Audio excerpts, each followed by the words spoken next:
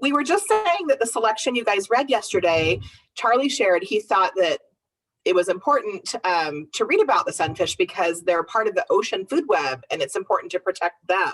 Okay. What else might it be important to protect in our earth?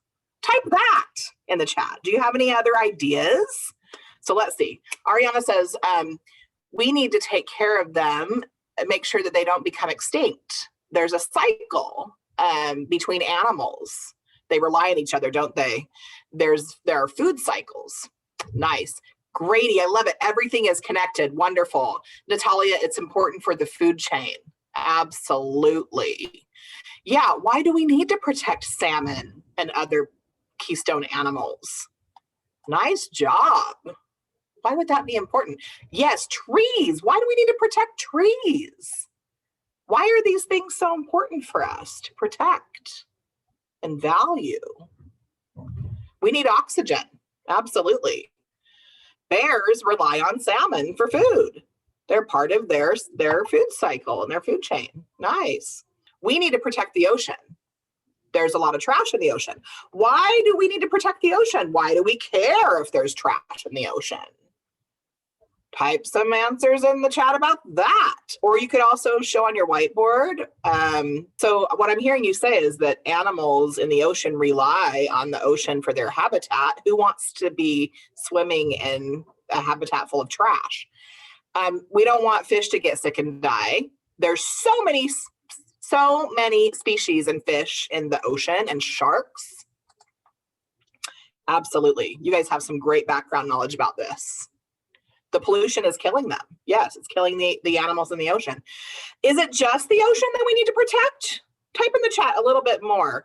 Are there any other locations in our world? I saw somebody type earlier, trees, food, the fish food chain. We need to save the earth. Without trees, we would not have oxygen. I love all of these answers you guys are giving. You guys are thinking and pushing yourselves. Excellent. Mrs. Carr brought up right now, a little while ago, the word main idea, which you guys worked on yesterday. Today, we're going to talk about theme. And so the selection you read about sunfish was nonfiction. It was true.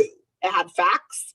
Today, we're going to be reading a similar selection with a similar message to the message that you've been writing in the chat. And if the selection you're reading is not facts, if it's not nonfiction, like the sunfish selection, if it's more of a poem or a narrative, like a story, we usually talk instead about theme. Everybody say theme. Theme. Okay, and I want to show you how we remember what theme means. Look at this. This is really cool. This is kind of like a puzzle. Does anybody see something inside of that puzzle? What am I trying? Yeah, good, Anna. What am I trying to say that theme means? Can you find a puzzle inside of this these squished together words? What does theme mean? Type it in the chat if you can find it. Yes, Ariana. Yes, Natalia. Absolutely. Can one of you ladies say that out loud really quick, loud and clear? What does theme mean? Message. It's the message. Good job. Everybody say that out loud. Ready?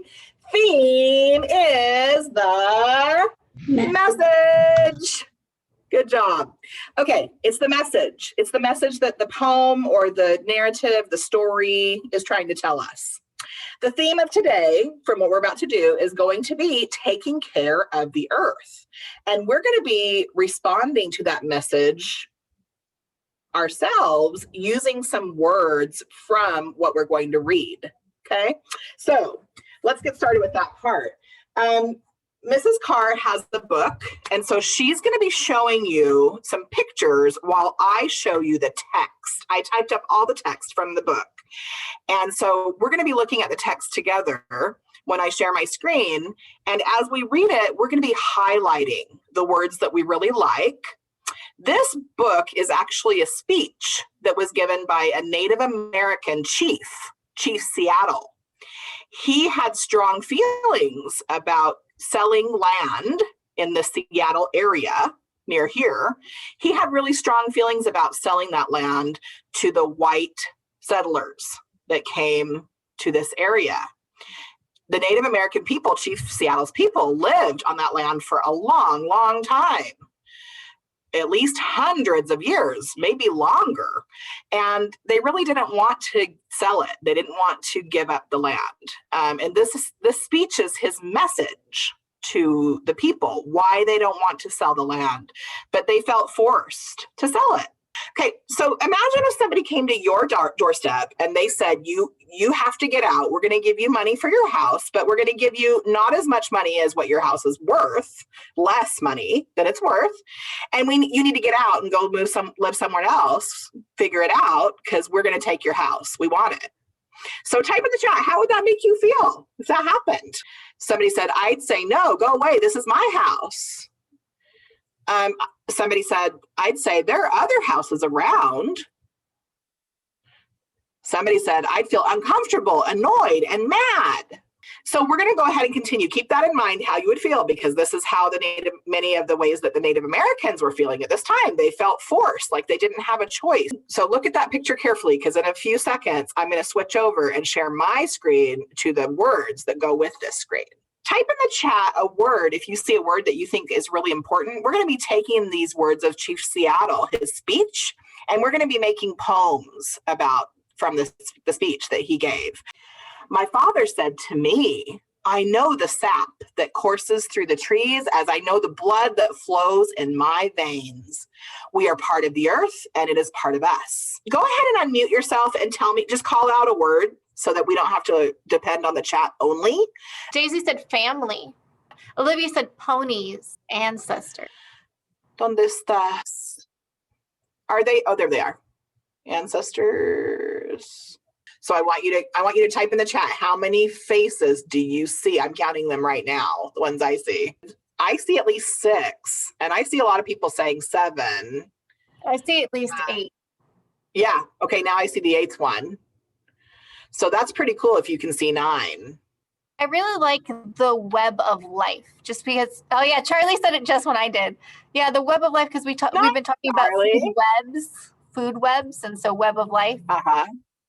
You have a connection. I like that phrase, mother's heartbeat, because it's a sensory detail. It makes me be able to picture like the pounding of a mother's heart. He's talking about the earth being like our mother.